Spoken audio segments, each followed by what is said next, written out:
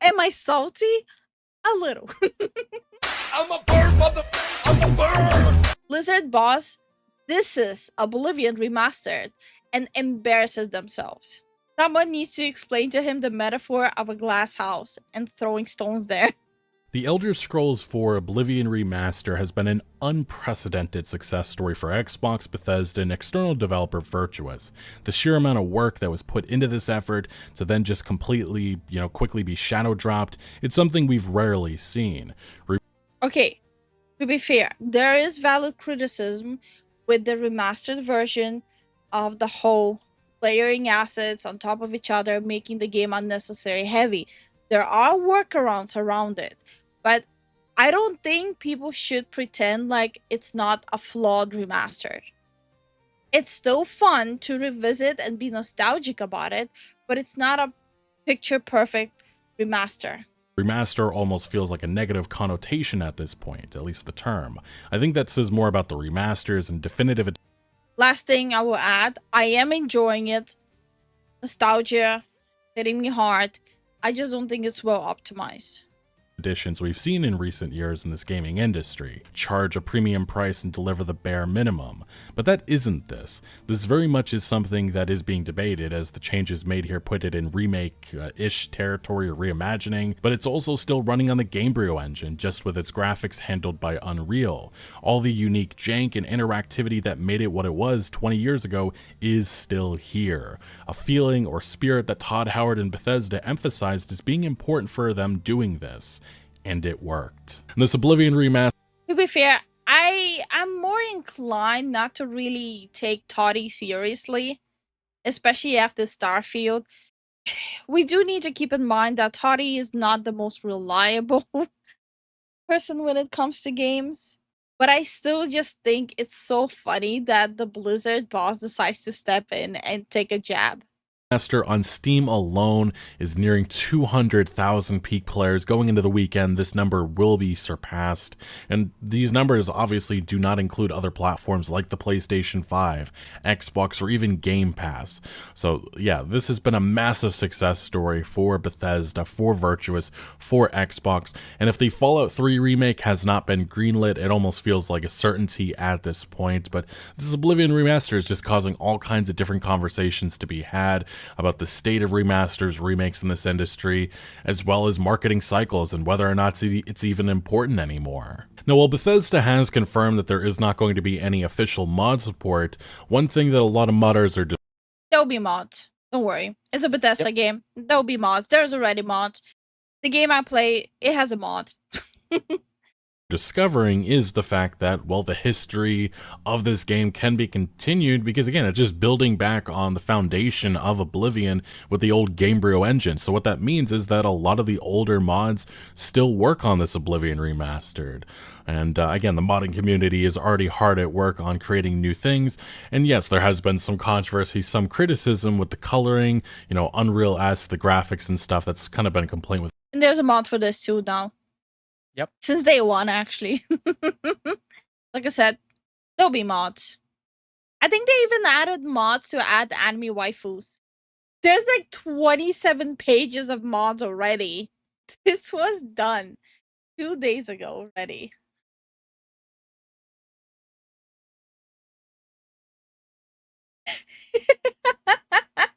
Bro, wait, 2 days ago. Yeah. That's literally the day after they released it. Yo, this person was cooking. They're working fast. Anime waifus and Oblivion. Let's go. With a lot of different games, but yeah, reshades are already being created that honor the history of Oblivion. This is always going to be one. The reshades were available like within like an hour or 2 hours of the game releasing. One of the benefits of this, again, the massive modding community that Bethesda is known for, and they're already getting started with this Oblivion Remaster. And first thing that a lot of people are doing is, changing the coloring from that brown to the vibrant colors that Oblivion is known for. Like, I get why people not necessarily like this, but for me, I actually do prefer the toned down colors because of my eyes. Yeah. So I personally like the new colors, but I understand that Just because I like the new ones doesn't mean everyone has to like it. Or the greens and the blues. This is something that was missing from the official release, and it's nice to see that modders are including this, at least on PC at the very least. But like I said, there's just all these iconic moments. The iconic history is here, and players are discovering there's so many different clips and jank that new players are being introduced to. The horse is arresting you. The horse just went, "Nay there, criminal scum." And it's just nice to see that Bethesda Virtuous, they didn't delete this. They understood the assignment. Even the double take voice acting mistake, in which you have the actress who just like, oh, let's restart that. They included that part, and you actually have the animation of her looking down almost like she's looking at the script. And I just love these moments. And I love the fact that they didn't delete stuff like this, because it really is important to the identity of Oblivion. And Yeah. it's what made the game what it was 20 or so years ago. And we even saw a former developer, one of the lead developers on this Oblivion, the original Oblivion game, speaking out about this, saying that he was floored by Bethesda's new release. This was Bruce Nesmith. He just left a couple of years ago after working a little bit on Starfield. Nesmith was the senior game designer on the title, and he said in an interview with Video Gamer, "I was assuming this was going to be a texture update. I didn't really think it was going to be the complete overhaul that they announced it to be. I would not have batted an eye at that, but to completely redo the animations, the animation system, put it in Unreal Engine, change the leveling system, change the user interface, I mean, you're touching every part of the game. That's a staggering amount of remastering. It almost needs its own word. Quite frankly, I'm not sure remaster actually does it justice." And I completely agree. Yeah, that's the debate that we had as well. Like, it is like borderline a remake, not a remaster. Like, I'm more inclined of calling it a remake. Now, while I and many are rediscovering our love for the Elder Scrolls franchise through this remaster and just really reliving childhood memories right now, there has been a decent amount of criticism. One, because there are some performance issues, some of the things that are kind of known to be with Unreal Engine games, or, you know, when they include Unreal, it's noticeable here. So some graphics cards, especially on PC, there are some issues there. And it's also some of the original jank that new players are being introduced to for the first time. Again, not everybody's crazy about stuff like that, but I can understand why Todd Howard and company felt that it was important for it to be there. What I found it weird that it's specifically on the X12. I feel like I just expected it to run smoother and not be 120 GB. I think that is a little bit that kind of frustrated me. Also been the criticism with this shadow drop and the date that it was chosen for it to launch, because Microsoft actually acquired some of the rights to Claire Obscura Expedition 33 to have it on Game Pass. A lot of people keep on bringing this up. I think Expedition 33 is doing fine, especially with how many people are enjoying it, and people who are streaming playing it and enjoying it. It's creating such a cross promotion for literally a new studio. It's doing fine for itself, and it's honestly a great game. And they kind of stole all the attention away from the massive release. Right now it's getting massive reviews. They stole the thunder from that release by having one of the most iconic games of all time getting a surprise remaster all of a sudden. And I can definitely understand that criticism, as well as the fact that Skyblivion was supposed to be having a launch, I believe, this year, which was pretty much bringing Oblivion into Skyrim. And a lot of people feel like it's a slap in the face to that volunteer team that has been working on this for over a decade. But the main thing I wanted to point out, just because games are being released so close together, it's not, people shouldn't have the mindset, hey, they're just trying to jeopardize another game. A game should be able to stand on its own. Even in the past, we had so many games being released back to back, and it wasn't harming any of them. The only way a game can actually sincerely get harmed if the game is just boring or just badly made. Decade to, well, the fact that a lot of people aren't going to be interested in Skyblivion anymore. But I think the counter argument is the fact that they're not being sued and they're not being shut down. That's a big win in an industry where behavior like this is known. We've seen how Rockstar Games, Take-Two Interactive, Nintendo, they've gone after modders to their games with doing the simplest things. But we have seen the Skyblivion team put out a couple of different tweets and comments about this official remaster, just saying that They wanted to emphasize that there's no need for comparisons or sense of competition. Both projects can exist and thrive together. Again, Skyblivion, I think, is doing its own unique spin on things, and I think that is important for a lot of players, and there is going to be its own. And that's another one I heard, like, people are saying, oh, they're releasing the remaster just to push down on Skyblivion. No, Skyblivion is going to be a different experience altogether. It was shadow dropped. Yeah. No one heard of it until like maybe a few days before they dropped it. Plus, projects like this, they take a very long time to work on. Own audience for that. Maybe not as massive as what it maybe once was going to be. But in another tweet, they also said that Bethesda, they did reach out and they supported Skyblivion, and they actually gave a generous gift of giving the entire But to be fair, if they didn't reach out to them, that would be a PR nightmare. Skyblivion team remastered keys, so that's nice to see at the very least. Ultimately, though, this official remaster has been one of the biggest surprises in years for the video game industry, and it's been probably one of my favorite, or so far it is, one of my favorite gaming memories in a long time.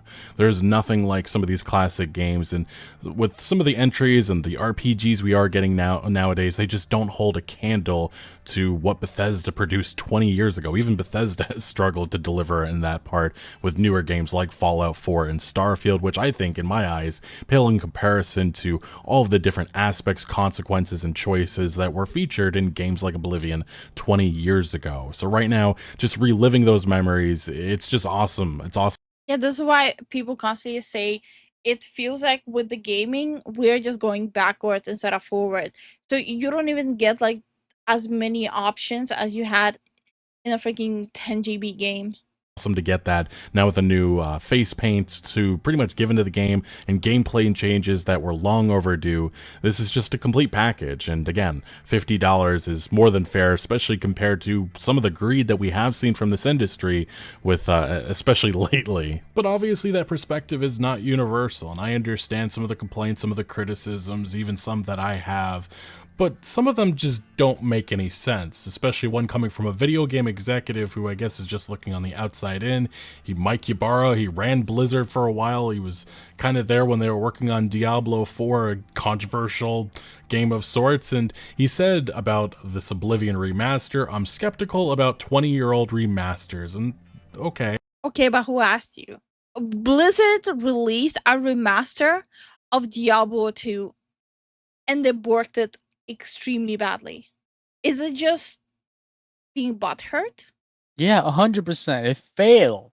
Like somehow they managed with the Diablo 2 remaster not only work up the remaster, but now you don't get to play the original properly either without issues. I have my own, complaints, criticisms, and skepticism, some I talk about later on in this video, but Ybarra specifically says this, and it just... Let me see. Did Ybarra work on Diablo 2? The remastered thing. So Mike Ybarra didn't directly work on it, obviously, but he was the president of Blizzard Entertainment during its launch period. Oof. So he greenlit that. Okay. A lot of us, it doesn't make any sense. And he said a lot of dumb things as of late. Yeah. He infamously, just a couple of months ago, was talking about Marvel Rivals, saying it ripped off Overwatch 2 with a character. Oh, yeah. Okay. Yeah, no, this is absolutely tracking as just being butthurt. Or he doesn't know anything. He seems to lash out specifically on stuff where Blizzard is a little lacking. Because in the past, Blizzard used to crush all their opponents, right? All the competition. World of Warcraft was literally gripping the MMORPG genre by the balls for the longest time. And they dropped it. I mean, World of Warcraft is still one of the bigger MMORPG games, but it's not as held up high as it used to be. Yeah. Then they crush all the hero shooter competition with Overwatch. Yeah. Then they had the world with Diablo. They fumbled Overwatch.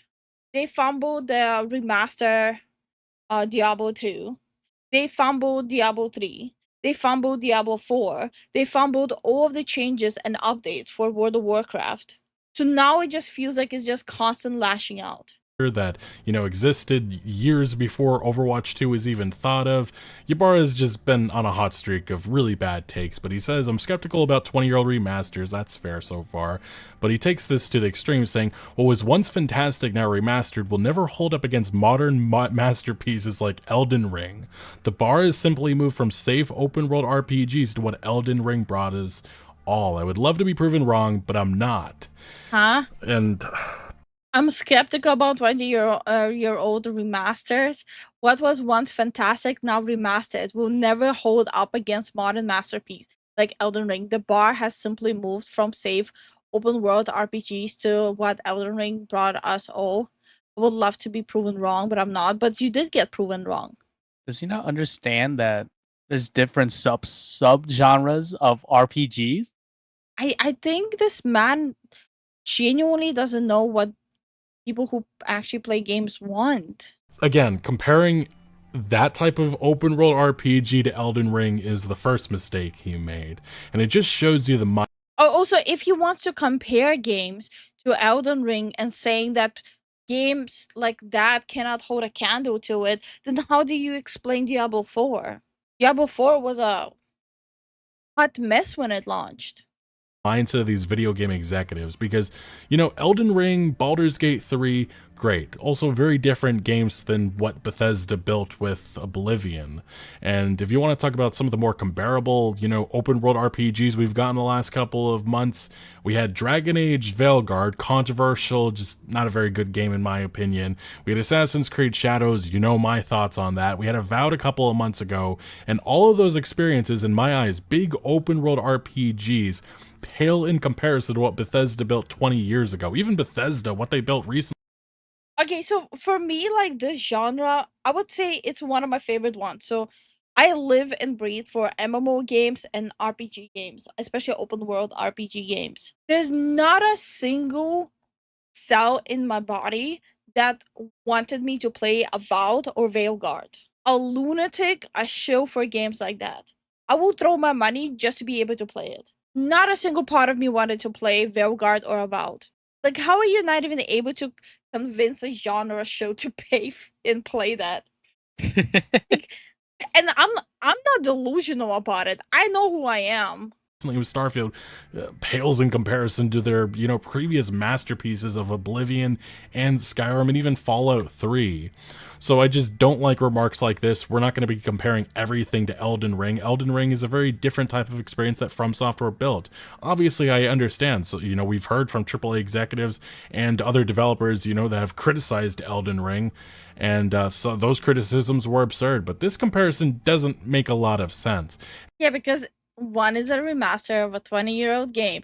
Another one was just raising the standard of new releases. That is the difference. And it just shows you the delusional mindset of these executives, and also why we keep running into disasters when you have logic like this. These guys just are so out of touch, and they do not understand what gamers at all want. And I almost forgot about this behemoth that came a couple of months ago. Again, Ybarra's remarks just don't make any sense to me. And to expand my point of view a little bit more, From Software, they're especially known for their combat and their difficulty, and you see that with Elden Ring. While Bethesda Game Studios, they are known especially for exploration, traveling about, finding loot. That is what they are known for. The writing, the characters, and all of. Or, making your husband rage, and now Elden Ring is the forbidden game in your household. I'll pick it back up. Don't make me do it. I'll play it on stream. I'll do it on stream. I don't care. That is what defines a Bethesda experience. Just because they're open world RPGs doesn't mean that they're the same thing, but I guess in the eyes of video game executives, my god, my eyes hurt just thinking about it, but they all group them together, which really says a lot about the state of this industry and how we got to this point. But to maybe put a positive spin on all of this, I think that Oblivion garnering the spotlight once again and those massive numbers on Steam that are only going to get bigger in the coming days, I think it is important for this industry and these delusional video game executives to understand that there isn't one de facto game style, or just because they're open world RPGs doesn't mean that that's the only way and the only thing that gamers want. Because I think Bethesda, especially with what they're going to be moving forward with the Elder Scrolls 6, there's lessons to be learned from. Some of these monumental releases, but not just Elden Ring, but also Baldur's Gate 3. The choices and consequences of that experience, a lot of people want that aspect within the Elder Scrolls. They want that love, that care to be there. So I think there's lessons to be learned from a lot of these successes, but there isn't just one specific style. And that's why I do hope that Ybarra and company and other executives are paying attention to this, and also understanding why gamers just absolutely love Oblivion and want more experiences like that. Now, Ybarra did get a decent amount of flack for these remarks on Twitter or X, and we did see him responding to some of this criticism. One individual saying, as many in the comments wrote, "Not every RPG has to be a Souls-like game," which almost kind of sounded like his perspective. Hopefully we won't see that trend like it was at one point, that every FPS game had to be a Battle Royale, and we still kind of see that to this day. Ybarra said, "I don't mean Souls-like, I mean the discovery, the classes, the combat system, etc. Just a new level of quality." Wait, what? What? Yeah, okay. I'm starting to think he doesn't know games. It's okay. It's okay. Let him cope. Let him cope. And I would argue, especially with a lot of the RPGs that have been produced the last couple of years, they don't hold a candle still to what Oblivion was doing years ago. And yes, you can make the argument that Elden Ring surpassed it in some regards, but I would also argue that these are just two very different games trying to do two different things. And I would argue that honestly, Oblivion, it's its classes and its exploration, it's still. I swear to God, like all these like big company people, they cannot make up their mind, because when Elden Ring dropped, when Baldur's Gate dropped, I mean Baldur's Gate 3, it was also almost the same people saying that why you're raising the bars too high, why you're showing to the average gamer that we could actually do better. It's like no matter what you do, all these people who know they're intentionally lowering the bar, they know they're intentionally half-assing everything just for a quick cash grab. Still fantastic to this day. And when you have games like Avowed, Dragon Age the Veilguard that just came in the last year, I just don't know how you make this remark, or this perspective all together. Just doesn't make a lot of sense to me. And I did find it funny that Gene Park right around this time was pointing out the history, again, From Software, and the fact that they, the reason why we even have the Souls genre is thanks to Oblivion. We can thank Oblivion for inadvertently creating the Souls genre. Sony wanted an RPG to compete with Xbox exclusive Oblivion and asked FromSoft. Miyazaki decided to make Demon Souls instead, which pissed off Shuhei Yoshida, who was one of the heads at PlayStation for a while, and Sony dropped publishing support for the West. And then he brings up this excerpt. During the earliest stages of Demon Souls development, it wasn't even supposed to be Demon Souls. Instead, it was going to be another Kingsfield title. Wow, that's an older franchise. Prior to being known for the Soulsborne titles, FromSoft was known for Armored Core and Kingsfield. When Sony approached FromSoft to create an exclusive that would go toe-to-toe with Bethesda's Elder Scrolls Oblivion, it made sense for the developer to turn to Kingsfield, which had a similar premise, tone, and atmosphere. This ended up not being the case. And I just find this history really fascinating, especially the conversations that we're now having in regards to Elden Ring, I guess, versus Oblivion Remastered. Ybarra did continue. We have more remarks. Somebody saying, just a question, are you agreeing that Oblivion hit? Then yesterday you were skeptical, and I'm very interested in your thoughts. And he said, yep, I thought it was what they said, a remaster, but it's a remake in many ways. Not entirely. And I'm all for those. I just don't know if a remaster makes a lot of sense. I'm glad it's more of a remake versus remaster. Good stuff. They should stop marketing it as a remaster.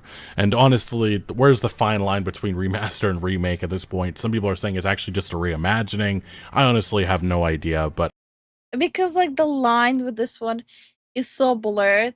It's just visually, it's such a big jump from the original to the new one. And of course, they had to optimize some stuff on top of the visuals for it to even run. This is why people are having difficulties understanding what is actually the line and what we actually are supposed to call it. I myself am having difficulties with like fully saying it's a remaster as well. I would agree that it is more than a remaster, but how do you market that? Because it isn't a full remake, really. There's some gameplay improvements and changes, but this very much still is the Oblivion 20 years ago, just with, it looks a lot better, and it plays a lot better. So, yeah, definitely it is a conversation that we are all having right now. I see your point, but I also believe that these remasters lack in innovation. They compensate with something new games can't bring to the table. Wait, did he just say, I hear you, but I think we've had so many quote unquote remasters that nostalgia is limited. I could, okay, my guy, you're also the person who was in charge of Blizzard when you greenlit Diablo 2. Am I losing it? Is he losing it? Are we collectively losing it? What is He's happening? coping. He probably erased it from his memory. Nostalgia. Yabara says, I hear you, but I think we've had so many remasters that nostalgia is limited. I could be wrong, but I think the gaming community wants fresh and new more than ever. And I would disagree because more players are playing older games than ever before. And I think Yeah. that really says a lot about these newer titles and the fact that they're just not delivering for Yeah, when Veilguard dropped, I went back and finally, for the first time in my life, played Dragon Age Origins, and I had a freaking blast. Yeah, she shanked everything. You're thinking about my Skyrim run and my Oblivion run. Maybe I have a problem. gaming audiences these days. Yes, we have games like Elden Ring and Baldur's Gate 3, but there's a pile of shit all behind these iconic and massive new games. And this perspective is really just ironic because this man was in charge of this company when they were working on Warcraft 3 Reforged, which pissed off fans because it promised, there's these massive changes and all kinds of stuff, and they ended up not delivering on much of that. Yubaro was one of the executives at Blizzard at the time. Same thing with Diablo 2 Resurrected, which Thank you. I'm very happy he mentioned Diablo 2 here. Thank you. I genuinely started feeling like I'm losing. had a number of issues when it launched. And It still does. I played it, just a few months ago on stream, and it kept crashing every 10 minutes, every 10 to 15 minutes. Kept crashing, and I would lose the progress. So I had to constantly save it. Some people rightfully pointed it out. I'm skeptical about 20-year-old remasters. At least Bethesda did not delete the original Oblivion from existence. That's another thing. Yeah, even with like Diablo 2, you cannot access like the actual original. You can, in the remastered Diablo 2, you can quote unquote downgrade to the original visual, but it's still running on the same like engine. So it's having literally the same crashes as the remaster. They deleted the original game because they wanted people playing this Reforged edition, which lacked in so many different ways.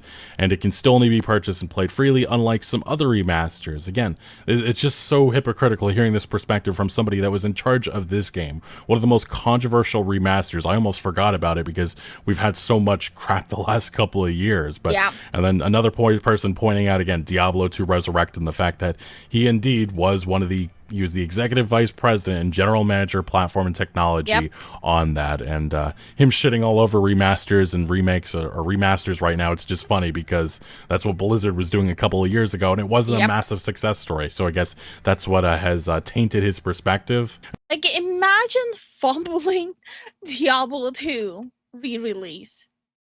That is crazy stuff.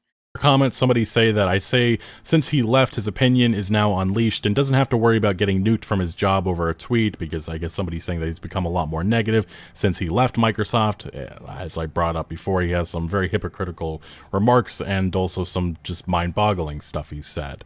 And he said 100% though, and if I wanted to be negative, I'd be talking about Starfield. Wow, that's... Whoa. No, let's talk about Diablo 4 release, if you want to be negative.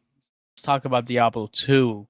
Let's talk about all the past 7 to 8 years changes to World of Warcraft. Let's talk about erasing Overwatch 1 and releasing Overwatch 2 with the promises of PvE. Then take the money, PvE doesn't drop, then release half-baked PvE and take the money again. Let's talk about that. Am I salty? A little. Let's talk about fumbling StarCraft. Let's talk about StarCraft. And let's talk about how now you're selling licenses for other people to take a jab at it. I hate you. Do I need to go on? Is Bethesda good? Hell no. But neither is Blizzard. Yubara busy barring us from a fun game. Actually is quite the hit, because this is the one comment about all of this that I actually do agree. Another comment, somebody saying, I'm surprised that Mike is this skeptical, honestly. We've seen some remakes, remasters do really well and some not, and current RPGs don't hold a candle to the older ones, except maybe Baldur's Gate 3, in my opinion. He even worked at Blizzard and they had WoW Classic, which is still really popular. I think older RPGs that played it very safe back then, Elder Scrolls 4 Def played it safe, okay.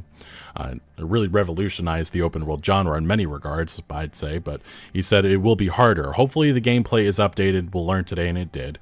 If so, maybe, but remake fatigue is real out there. I'm hoping for big success, and it has been a big success. And we actually did see one of the executives that worked on Baldur's Gate 3, Larian Studios, he spoke about these remarks. He said, call me naive, but I don't think a shadow-dropped graphical remaster by Virtuous is supposed to hold up against modern classics. So much as bring a classic experience to the modern era and offer something to play in the world of Elder Scrolls while folks wait for news of 6. And again, that is very much true. But I have to agree with that sentiment. And plus, not only it brings back the people who played it in the childhood back to that nostalgia era and being able to re-immerse themselves into the Oblivion world while still being able to enjoy like more polished graphics, but it also exposes more of an audience to the Elder Scroll games. Yeah. A lot of people who would have been probably not even conceived when Oblivion dropped would be able to play it now. They're not gonna go back and play a 20-year-old graphic game. Majority of people not gonna deal with old graphics. But now, a lot of the people will play it because it looks more polished. There's more people talking about it. And that way, people also get a more possibility of getting even more Elder Scroll games. I will say I did like this remark from, again, the Baldur's Gate 3 executive saying, how come everyone from old Blizzard is like this? The stock market changes, people, and has a visual trickle-down effect. A lot of people in the industry see it as inevitable and embrace it. Others just sort of adopt. Oh, the Blizzard is just, honestly, a skeleton of its own self. A broad, jaded point of view. And it is worth mentioning that this man, I believe, now is in charge of Prize Picks. So yeah, he's been doing all kinds of gambling stuff. That's crazy. I am so shocked. By the way, I didn't know this, and I'm not shocked at all. His new focus, and again, he's just a money sign executive. He looks at the money and nothing else. Yeah. And I think that really says it shows. It genuinely shows. There's nothing wrong with wanting to generate money with your company. You're not running a non-profit. You are running a for-profit company. There's nothing wrong with wanting to profit with your games. But when you start employing people who genuinely don't give a damn about games, it shows. About the creativity in this gaming industry and why it has stagnated in many regards, and why it's so hard to get games like Elden Ring and Baldur's Gate 3 when you have people like this in charge, and really he was a contributor to the downfall of Blizzard the last decade or so. I think it would be a fair assumption to say that, because you have to understand he would be the person who is green lighting or red lighting which project goes through. Don't understand perspectives like this, and I also don't think individuals like this can fuel the creativity needed to make newer classic games that everybody's going to be running to, especially with the mindset of his monetization focus, which is microtransactions and any and everything. And Ybarra did double down on his perspective, trying to differentiate his thoughts on remasters and remakes, saying, I hope it's very successful. I fear they are marketing it incorrectly. If it has refined gameplay, it's not a remaster, it's a remake. And again, I don't really fully agree with that, which is fantastic news, and I'll snag it on Steam myself. And this was because somebody pointed out this ended up just like I expected, and the fact that, yeah, this Oblivion remaster is massive, and yeah, a lot of players are very much interested in this. But it does need to be emphasized that out-of-touch video game executive, that is not a rarity at all nowadays. It's common, and that is because of the fact that a lot of these individuals that are now in the video game business don't care about the creativity, they don't care about making great games, they care about money, and that's it. And I think Ybarra definitely comes from that pipeline, especially with a lot of the stuff that he did over the years at Blizzard when he was in charge. But anyway, that is Ybarra. Okay, so my actual thoughts on all of this is, I think the problem with the gaming industry is genuinely when the people who are hired and the people who are higher up, they just genuinely have zero interest in the gaming. It's not the best idea to even go into gaming if you genuinely don't even have any interest or even understanding of how it works.